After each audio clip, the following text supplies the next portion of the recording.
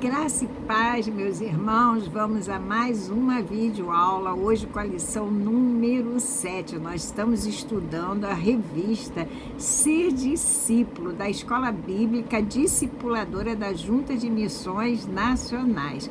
Hoje o título da nossa lição é o Ser Discípulo em Cristo. Nós vamos estudar o diferencial do discipulado de Cristo. E eu escolhi, como o texto base da nossa lição, nem foi um texto, foram dois que foram. Filipenses 2, no capítulo 2, os versos são 5 e 6, que diz assim: tenham entre vocês o mesmo modo de pensar de Cristo Jesus, que mesmo existindo na forma de Deus, não considerou o ser igual a Deus, algo que deveria ser retido a qualquer custo. Então, nós vamos aprender, com Cristo Jesus hoje a sermos discípulos conforme Ele nos deixou o exemplo de agir. Vamos orar? Querido Deus, eterno Pai, nós te louvamos na beleza da sua santidade. Paizinho, muito obrigada, Deus, pela oportunidade que temos de estarmos aqui aprendendo um pouquinho mais da tua santa palavra, Pai. Que tu mesmo possa ministrar em nossos corações essa videoaula, que eu seja apenas um instrumento em tuas mãos. É a oração que eu te faço, meu Pai, em nome de Jesus Cristo. Amém. Vamos conhecer então os propósitos dessa lição.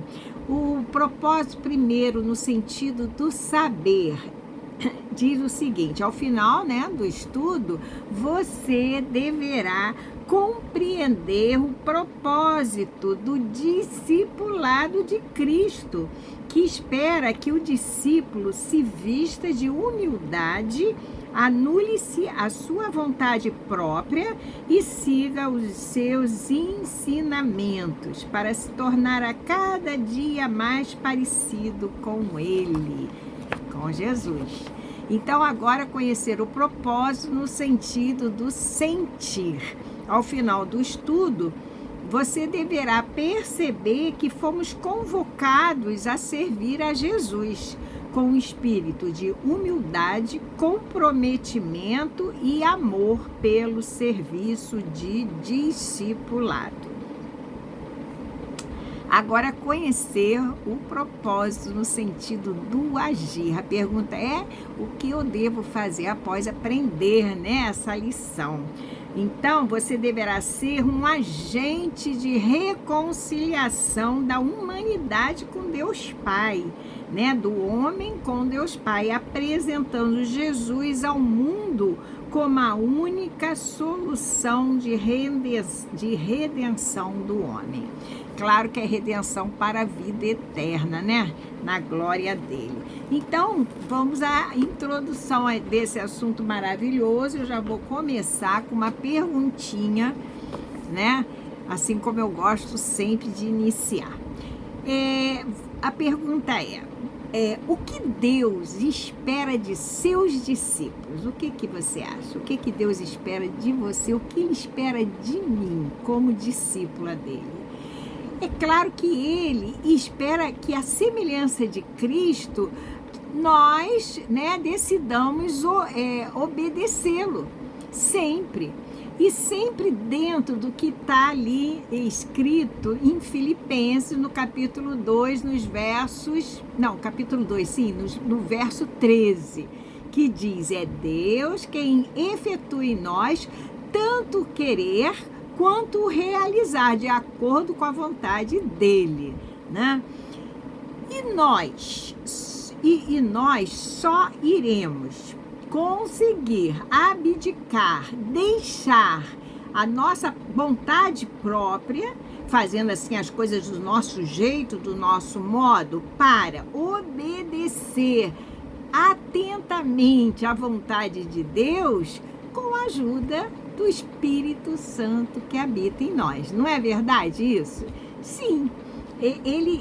Inclusive eu falei isso na minha última videoaula, não sei se vocês estão lembrados, se assistiram, né?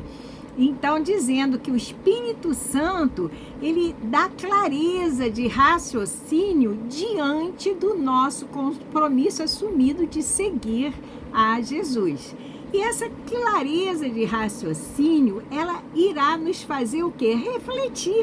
Refletir as nossas ações, né? As nossas decisões e a nossa determinação mesmo em querer segui-lo todos os dias, diante de cada situação. Então, ela irá nos fazer refletir, ela irá nos animar, nos exortar, nos capacitar também a vermos com sabedoria a melhor estratégia, a melhor tomada de decisão para todas as situações que se apresentarem, né, em nossa vida. Então, o Espírito Santo irá nos confrontar, né, também, enfim, seja em qual âmbito for, né, da nossa vida pessoal, da nossa vida profissional, né, familiar, da nossa vida, por exemplo, espiritual, seja qual for o aspecto da nossa vida, nós podemos sempre contar com a ajuda do Espírito Santo de Deus. Tudo bem? E agora, qual é o chamado primordial de todo discípulo? Não seria fazer novos discípulos para Jesus? Sim, todo discípulo tem esse chamado, né? E para isso, nós precisamos ser o quê?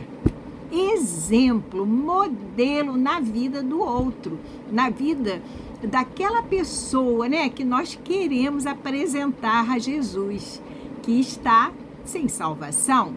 Então, essa pessoa, ela deverá, a gente deve querer passar para essa pessoa, para que ela entenda que o nosso caráter, ele foi forjado, ele foi moldado por Jesus, ele não surgiu de uma hora para outra, ele foi moldado por Deus em nós, que somos seus discípulos, né?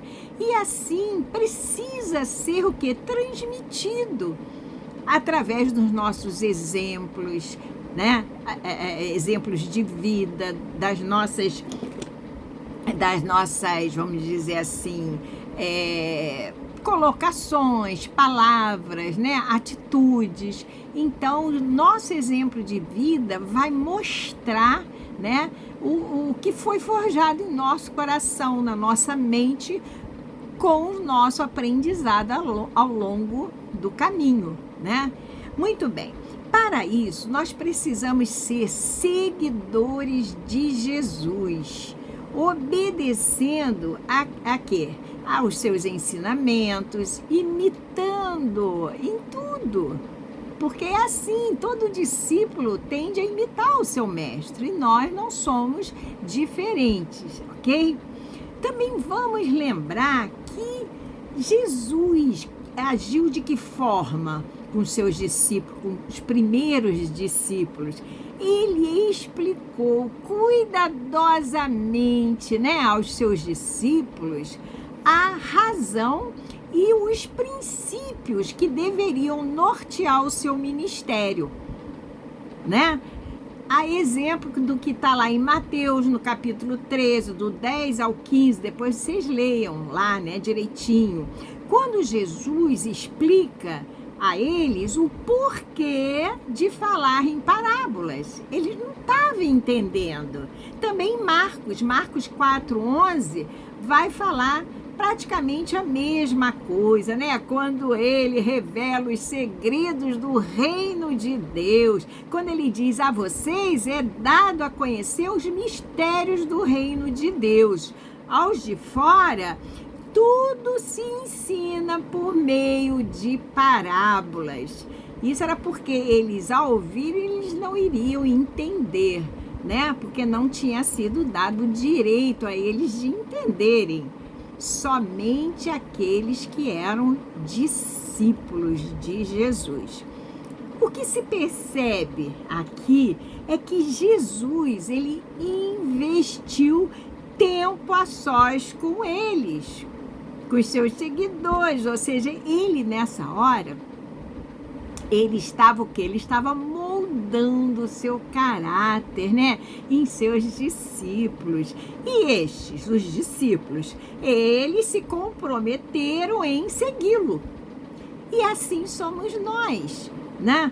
Também estamos comprometidos com Jesus. Quando o aceitamos como nosso Senhor, nosso Salvador, nós sabemos que temos a missão de não guardar para nós só tudo que temos aprendido de Jesus e que sabemos, né? Ele disse que nós fôssemos anunciar a outros, para que igualmente fossem alcançados, né? Então, esse é o nosso comprometimento com Ele.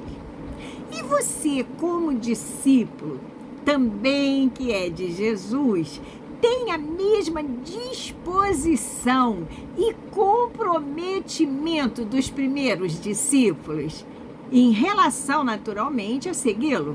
Tem. Não só a segui-lo, né? Como a obedecê-lo em tudo. Porque seguir a multidão o seguia, mas nós temos que segui-lo de perto, né? Aprendendo a sua palavra, tendo comunhão com o nosso mestre. É maravilhoso, né? E para isso nós precisamos, então, se temos essa intenção, esse comprometimento, nós devemos e precisamos investir tempo em oração com Deus. Isso é muito importante para que possamos crescer, para nos tornarmos íntimos dele, conhecendo-o melhor e também para sermos conhecidos como servos fiéis. Porque conhecidos todos nós somos, mas como servos fiéis é que nós queremos ser conhecidos, né? Conhecidos por Ele, por Jesus, e assim levarmos outras pessoas a conhecê-lo também.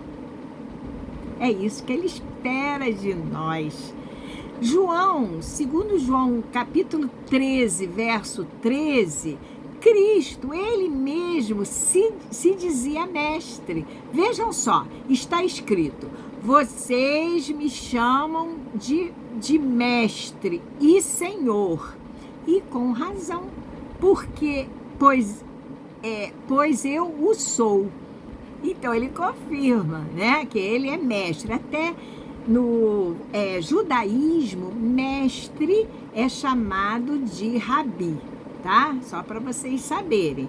Então ele falou lá, né, para os discípulos que estavam ali perto: olha, vocês me chamam de mestre e Senhor, e com razão, pois eu o sou. Quer dizer, eu sou mestre, sim, né? E embora, não, à medida, né? À medida que se espalhava, vamos assim dizer, se espalhava a fama de Jesus, se os seguidores iam o quê? Aumentando cada vez mais, não é verdade isso?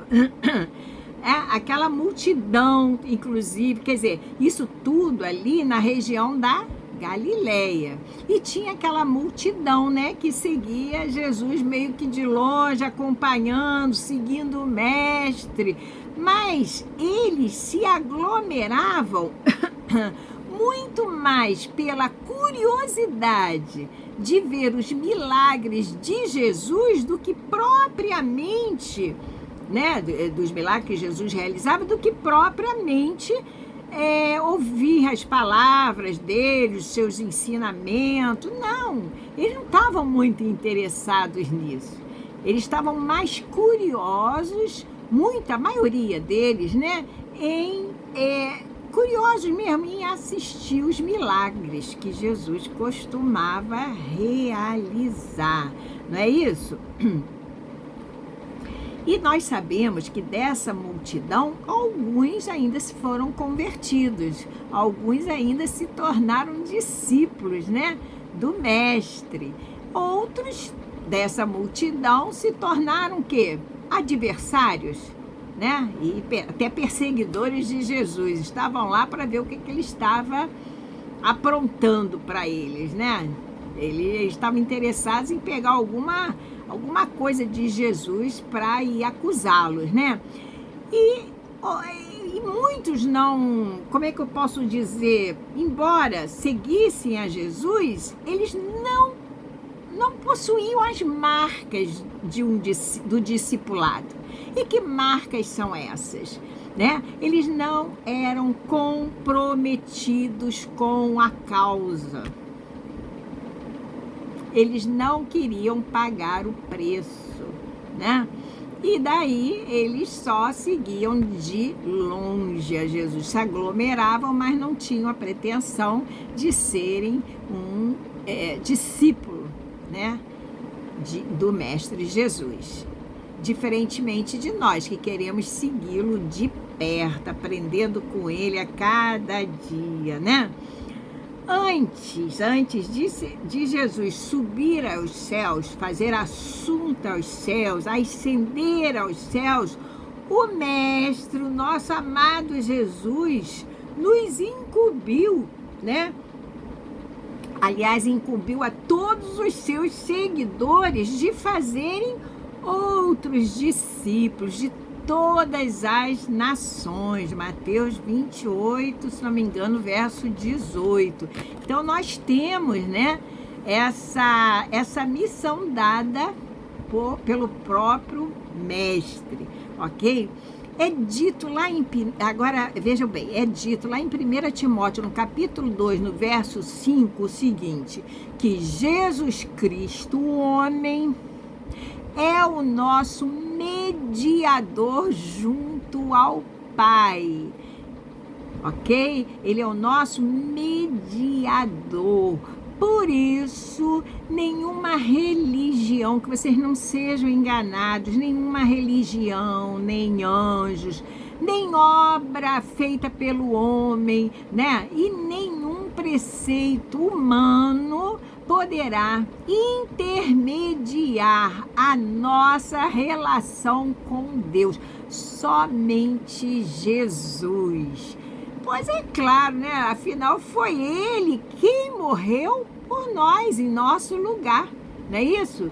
E assim, Ele, Jesus, o que Ele exige de nós? Ele morreu por nós. Ele tomou o nosso lugar naquela cruz, né? Pagando um alto preço, derramando seu sangue inocente para perdão, né, dos nossos pecados. Então, ele exige de seus discípulos que estes morram para si mesmos. Isso é muito importante para que ele, Jesus, possa nascer em seus corações.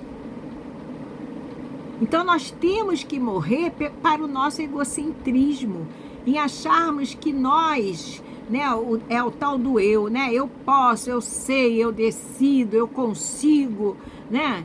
Eu não preciso. Esse achismo da presunção que o homem tem muitas vezes, né? De que eu sou autossuficiente. Esse egocentrismo tem que morrer. Aí, depois que a gente humildemente reconhece que não somos nada, nem ninguém sem a ajuda de Jesus, aí sim ele pode nascer em nosso coração e nasce, né? E quando isso acontece, nós renascemos também com ele, nos tornando o quê? Novas criaturas nele. Olha só, ganhando uma nova natureza espiritual. E como prêmio, como presente, ainda ganhamos a salvação das nossas almas. É maravilhoso,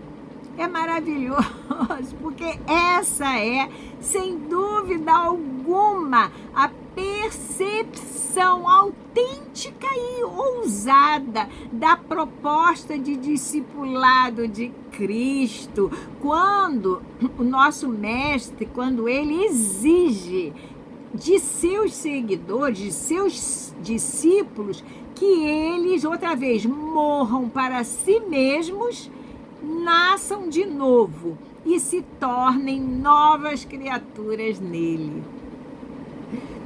Maravilha dessa proposta de discipulado de Cristo, nós podemos aí tirar como aprendizado, né, o que o nosso mestre ensinou. E o que foi que o nosso mestre ensinou?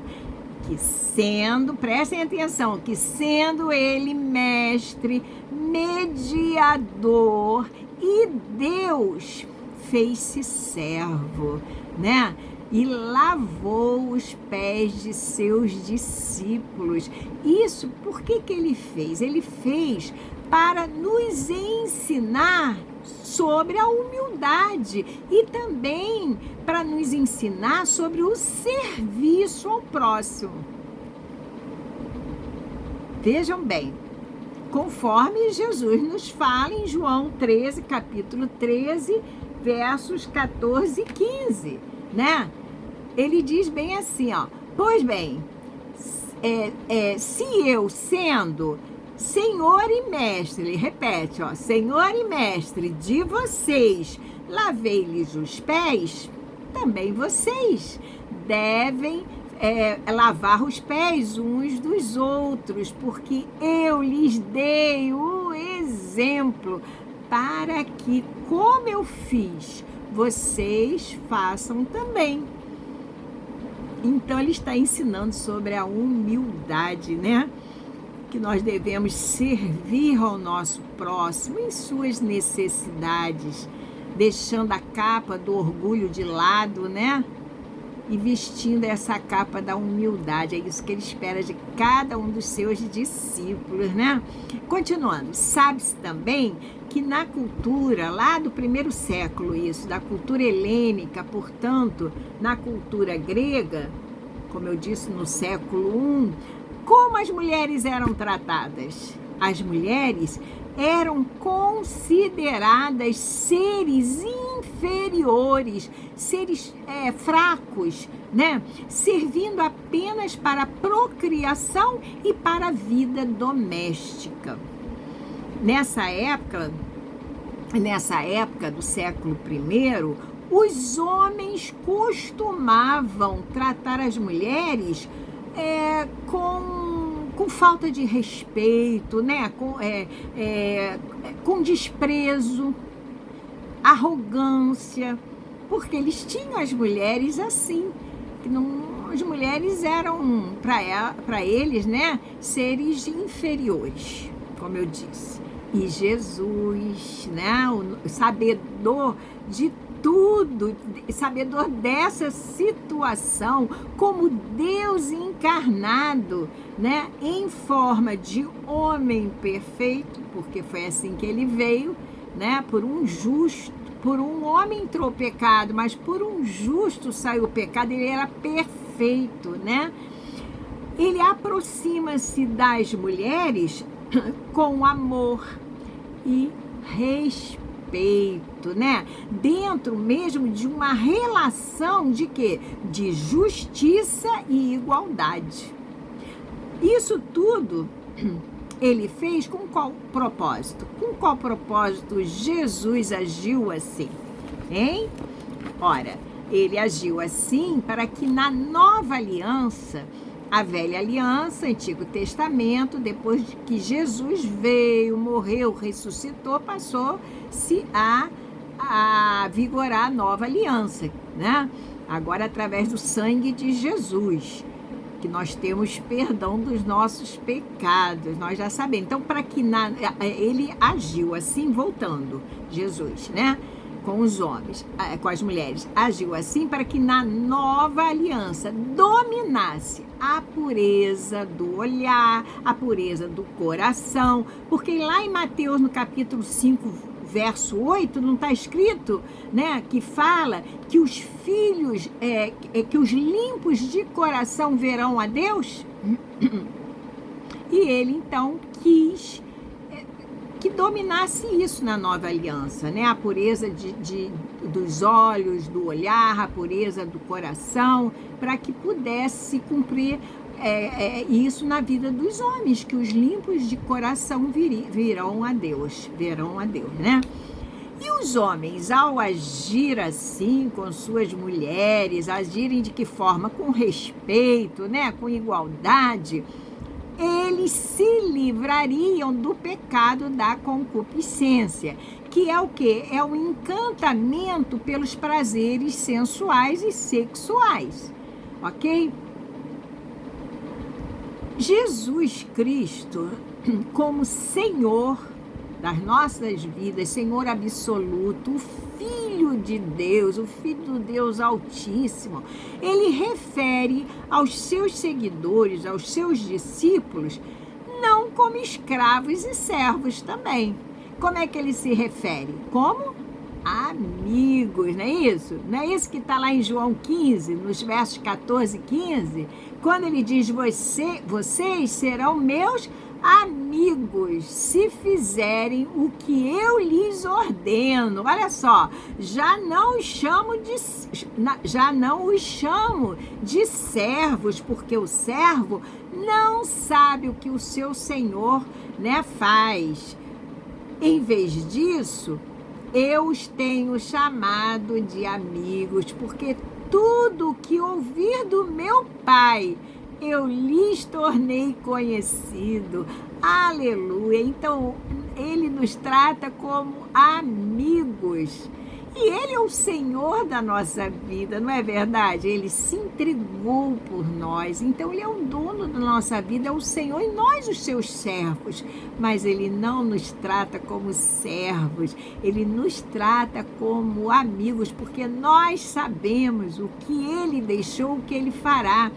Tudo, sendo o Senhor, tudo ele nos revelou. E hoje nós sabemos através da sua palavra, né? Ele não, como dizia, onde eu trabalhava, não pagou mistério, né?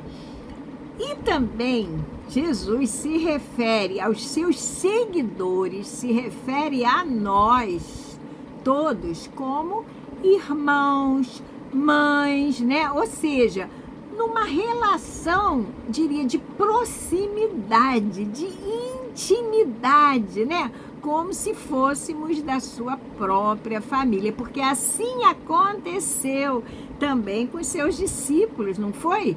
Em Mateus, no capítulo 12, acho que no verso 47, do 47 ao 50, quando eles dizem, olha, sua mãe e seus irmãos estão aí fora te procurando, querem lhe falar. E ele vira-se para os seus discípulos e diz, a minha mãe e meus irmãos são todos esses aqui que fazem a vontade de Deus. Então vejam como Jesus nos trata, né? Com respeito, consideração. Jesus ainda diz que se alguém o ama, olha, veja, guardará a sua palavra. Se alguém o ama, guardará a sua palavra, e o Deus Pai o amará também, ok?